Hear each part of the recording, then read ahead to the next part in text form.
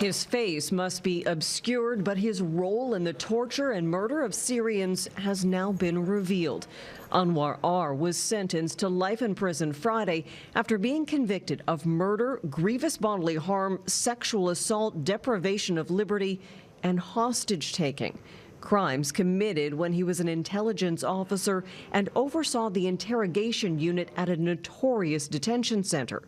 Court officials said the Al-Khatib prison, also known as Hell on Earth, held roughly 4,000 people when he worked there. This trial cast a much-needed, renewed spotlight on the kinds of sickening torture, cruel, and truly inhuman treatment, including abject sexual violence, that countless Syrians were subjected to in detention facilities. The trial, which began in 2020, included difficult and detailed testimony from victims.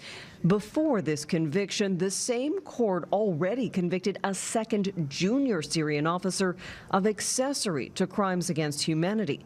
Both men had come to Germany seeking asylum years ago, but were arrested in 2019. It's a recognition of the crimes committed in Syria, and I think it's quite okay for the survivor, the Syrian who are affected with these crimes.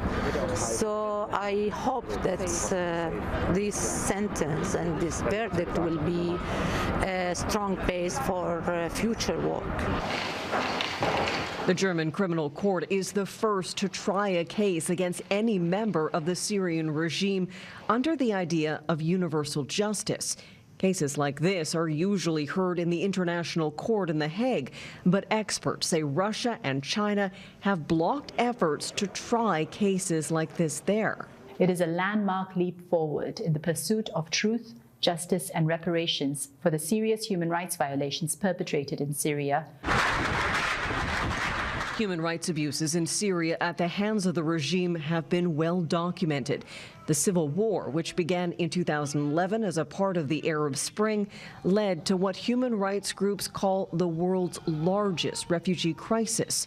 Canada at the time pledged to take 25,000 refugees. Sahir Shafiq, who helped during Operation Syrian Refugee, says the case serves as a reminder. You know, it is great news, of course. It's an opportunity for justice. It's an opportunity to start some healing, potentially.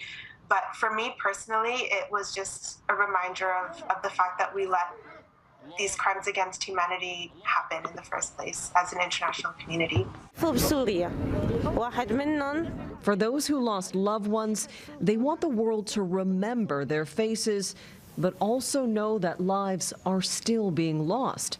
The war is not over yet. Goomansingh, Global News.